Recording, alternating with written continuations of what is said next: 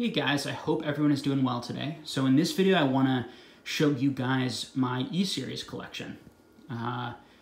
So these are definitely some of my favorite cards in the hobby.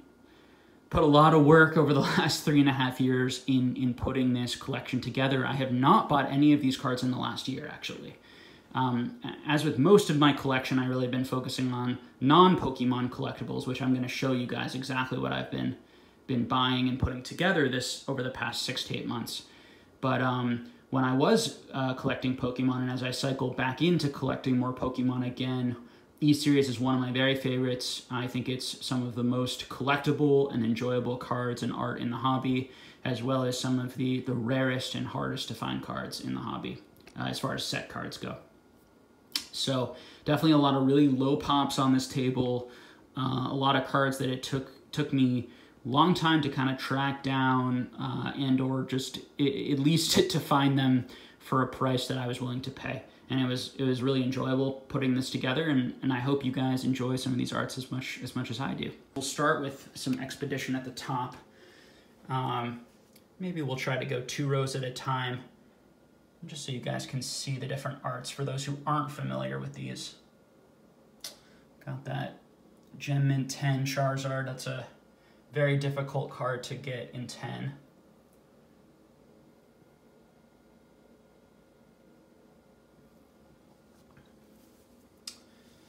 One of my favorite cards here, this Dragonite. I do think this Blastoise is very notable from Expedition. Very unique art. Definitely have not seen Blastoise look like this before this set. And I love that he's like half underwater. I think it's really cool the way they did that art design.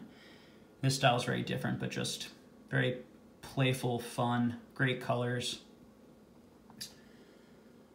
Simple background. And then some of these backgrounds are amazing, even these like Dugtrias. Fearo's a beautiful card down there. And we'll go check out some of the other cards on the other side of the table as well. So as you guys will notice, I have a lot of Golems. I really like Golem. I've always really liked Golem. I don't understand the Golem hate or the dislike. I also think this card is beautiful. I love the dark red in the background with the shine.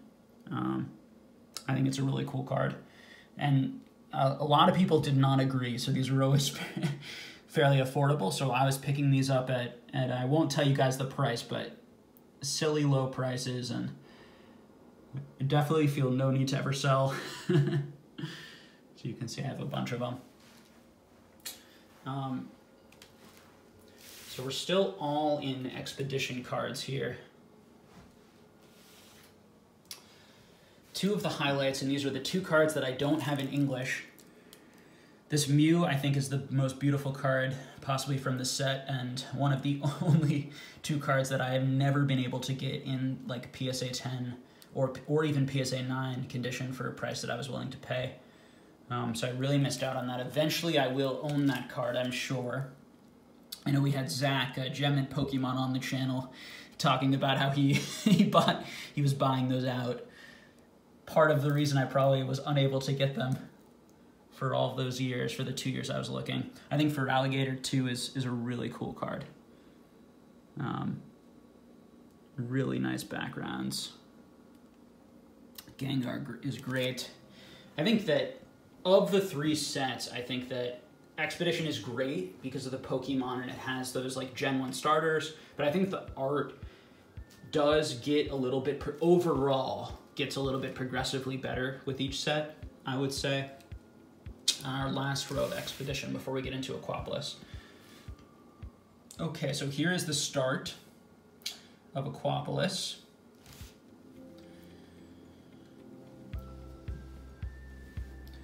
Great arts, I think.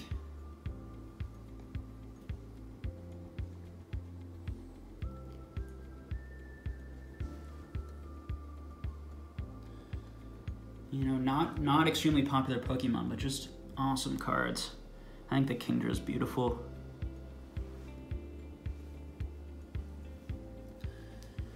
This is definitely a favorite. You can see he's using like Dream Eater and eating the guy's dreams.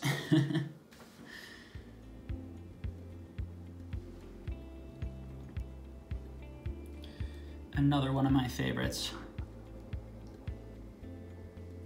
Really cool art on that one. And Ty's a great card too.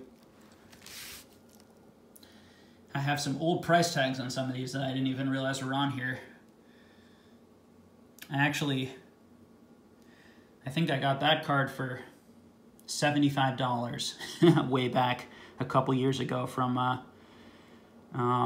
Dave and Adams.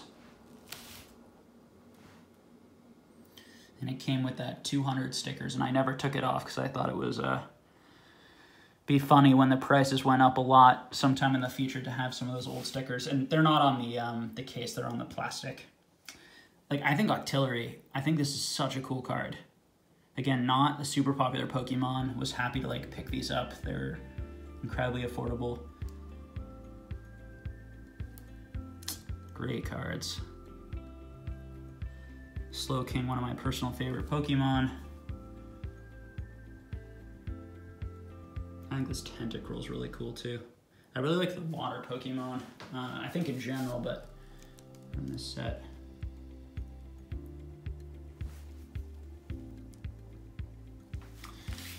Here's another Togetic, great card. Another great, amazing card. That Moon.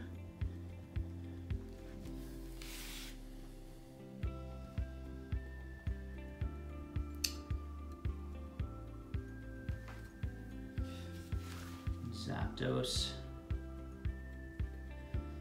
And then over here, I have some of the crystals and the Skyridge that we're going to look at together quickly before we end for today. One of the best cards for sure.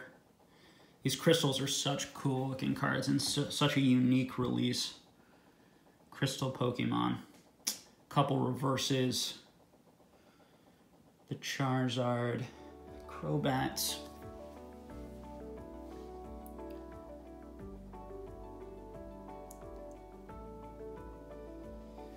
And then Skyridge. I think this Articuno card's amazing. So many of Skyridge cards are just phenomenal, I think.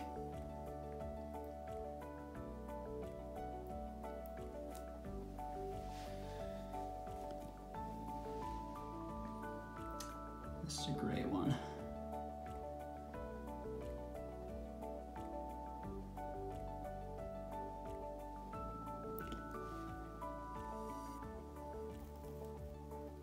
So again, guys, you know, just try to pace yourself, take your time. You have a long time to build up your collection. I'm gonna keep working on this collection, selling off some cards occasionally to build more capital for others. You know, just continue to try to make smart moves, grow the collection over the years, not panic. And you know, I do think it's within things to hold, these types of cards are the safest cards to hold, or some of the safest set cards to hold.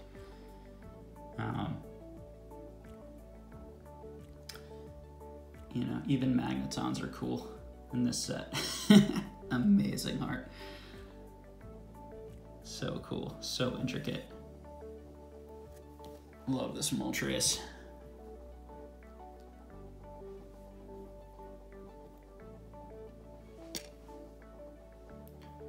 So that will do it for this video today. Again, thank you guys so much for watching and taking a look at my collection with you. I hope you guys enjoy these videos. I think that it's good to be transparent with what I have and what I own, which is part of why I'm showing you at least parts of the collection.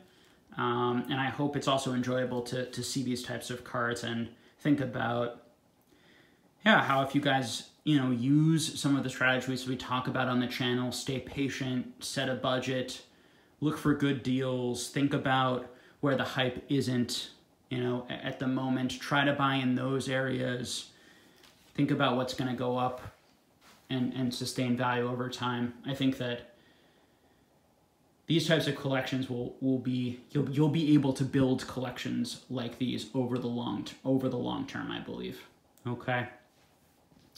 And I am gonna make, for those of you who have who don't have, you know, a couple $100 a month to spend on Pokemon, $300-400 a month, which if you have $300-500 a month to spend on Pokemon, you can build a collection like this if you're willing to be patient and look for deals and you know, flip and buy and sell and build up your capital. Like, you can definitely still build collections like this. You know, over the next 10, 15, 20 years, slowly. For those of you who don't have that amount, and I know that's a lot of money a month for a lot of people, I am going to try to start making some videos giving you guys some tips on how to grow that money, what to buy and sell, that sort of thing, to try and help with that. But the reality is, it's much easier building a big collection if you have some disposable income, you know, coming in every month from some sort of job. But thank you all so much for tuning in today. Really appreciate the continued support, and I will see all of you guys in the next one.